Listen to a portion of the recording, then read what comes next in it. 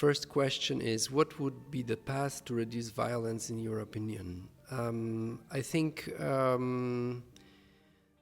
the most important is to treat it seriously, not as a trend in the academia, but as a thing that has been always there, and it will be resurfacing if not addressed. And to address it, I think first of all, there should be, it can't be a process that is easy and put only in procedures. So on one hand, it needs an engagement and trust on the sides that basically through the process can lose the trust. Because violence in the academia is very much about surface that is that seems to be normal. So everybody says there is no violence in our school. The violence is somewhere else. Whereas in our school, we didn't report it. If there are call-outs, they're usually taken by lecturers and by the community as something surprising and unobvious. Now, it's definitely about break of this image of a school or a community that has no problem. This is a moment when distrust appears. Now, one way to deal with this distrust is to put some procedures that enable people who were victims, who witnessed or testimony or observed violence and are willing to report it, to have those procedures and to work within these procedures. But another, and this is the most challenging, is to create a safe community in which people are speaking about their experiences. Because violence at the end is not only about what we call violent behavior, it is also about relationship we establish in organization. Violence appears in the relations that are asymmetrical. So there's somebody who's supposed to give rules and others who are to receive those rules and obey those rules. Very often these rules are quite arbitrary, which is not that obvious to those who are establishing these rules. So the process of addressing violence is very much the process of addressing asymmetrical relations and the situations when we can negotiate again the rules in a way that would be safe for both sides, for the ones that are disciples, the ones who are governed, the ones who are going through the process, and the ones who are supervising, the ones who are teaching, the ones who are lecturing, etc., etc. Okay, let me take the other one.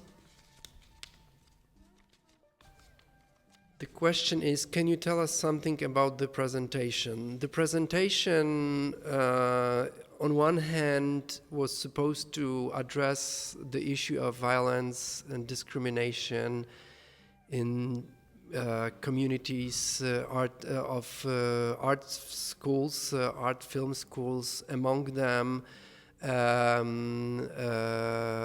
Free Festive, so the initiative of art film schools organized around animation that want to deal with the problems of violence and discrimination. My presentation was a background, a knowledge that is to be discussed in this community. But it is also about bringing the research that is not that common, not only for sociologists, but also for communities of art schools. So bringing this knowledge, scientifically based, to discuss this issue among other schools, among other communities than the one that this research was made, meaning the research was made at the theater school in Warsaw.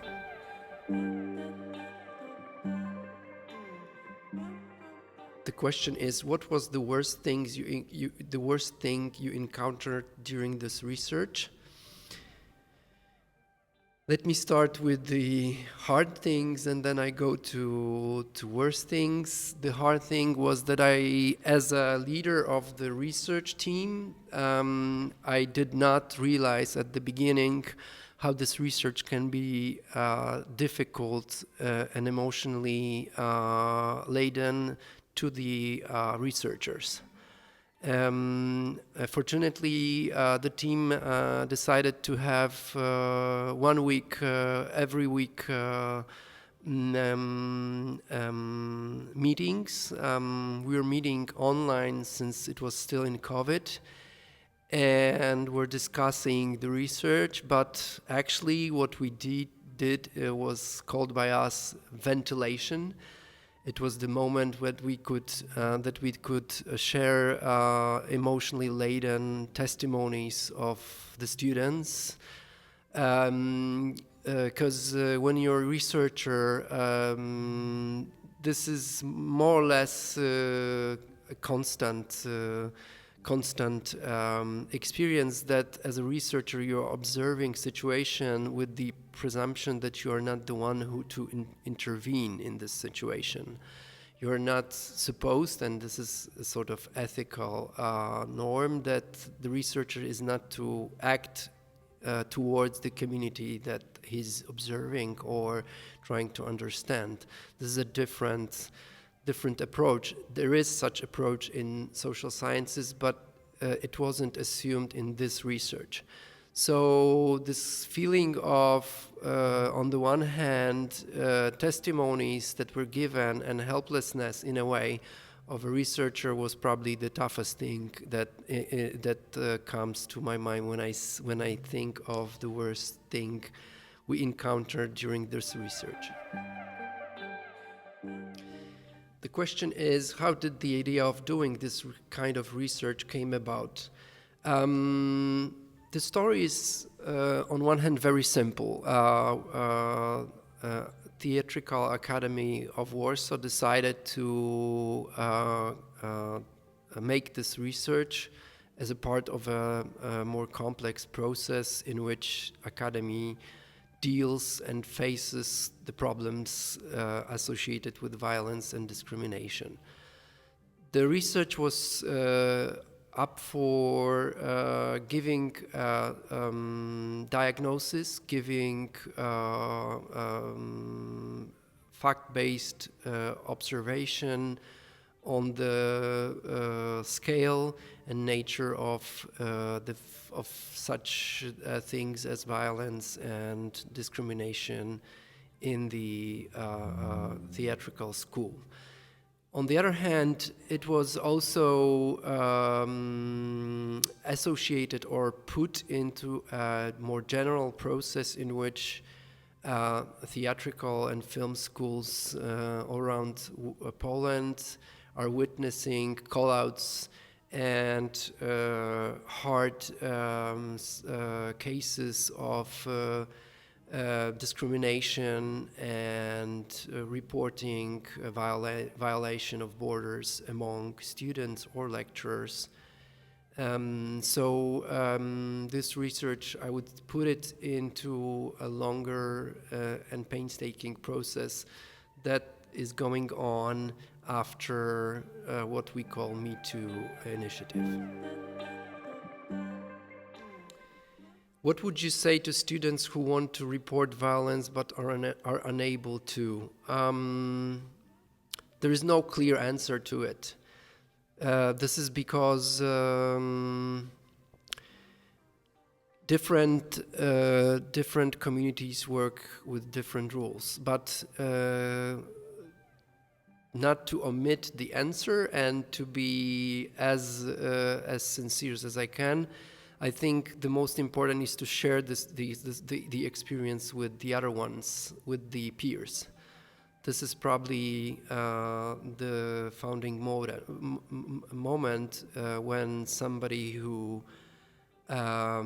experienced violence is not alone with it anymore.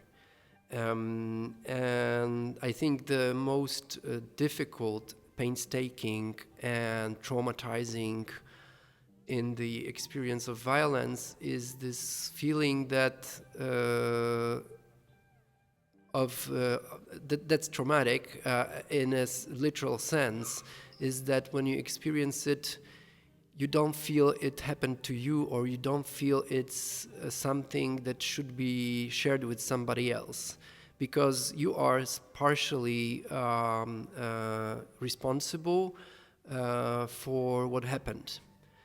And since it is so against the basic rules, there are 1,000 ways how the separate personal mind, mentality, tries to get rid of it without addressing it.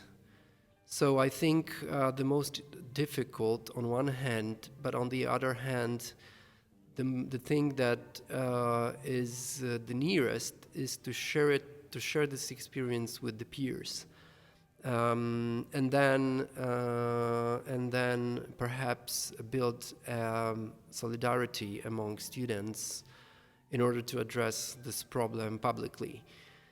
That's one thing. Another thing is not to think that what happened, even if it happened a few years ago, is not worth of expressing, of reporting. A lot of testimonies that were there in Poland were about things that happened a few years before.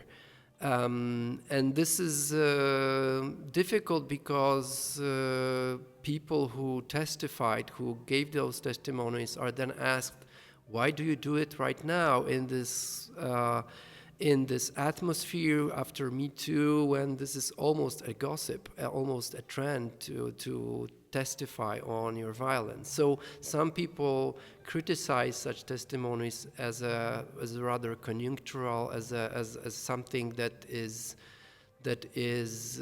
in a way suspicious if somebody is reporting violence so many years after something happens. But the truth is, to heal the trauma takes time, and these traumatic, violent experiences can appear only in certain context in which not only consciously but in a way intuitively the victim feels safe.